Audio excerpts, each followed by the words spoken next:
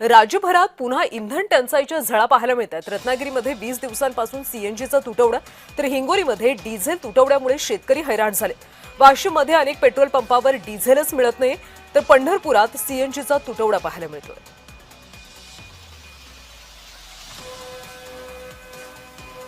आखाती देशाच्या युद्धामुळे जी काही टंचाई निर्माण होणार आहे याचे पडसाद पडणारच आहे। त्यावर माननीय पंतप्रधान नरेंद्र मोदीजींनी ज्या पद्धतीने देशाला आव्हान केलं, कोरोनाच्या काळात आव्हान केलं, आपला देश बचावला, आता आव्हान केलं आपत्तीच्या काळामध्ये, मला वाटतं इथनं खूप फायदा होईल। मला असं वाटतं की जसं जसं पुढे जाऊ, जसे जसे लोक या ठिकाणी आव्हानाला स्वीकारतील, जसे जसं लोकांना या ठिकाणी माहीत पडेल की बाबा आपल्याला सर्वांना साथ द्यायची आहे, देशातल्या या महत्त्वाच्या मजबूतीला साथ द्यायची आहे, शेवटी देश टिकला तर आपण टिकू। तर सर्वसामान्यांच्या खिशाला पुन्हा एकदा कात्री लागल्याचं पाहायला मिळतंय।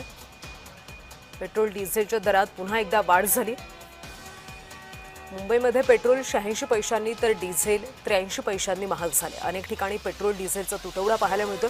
अनेक पेट्रोल पंपावर सीएनजी सुद्धा मिळत नाहीये, त्यामुळे सध्या सर्वसामान्यांचे हात होतात।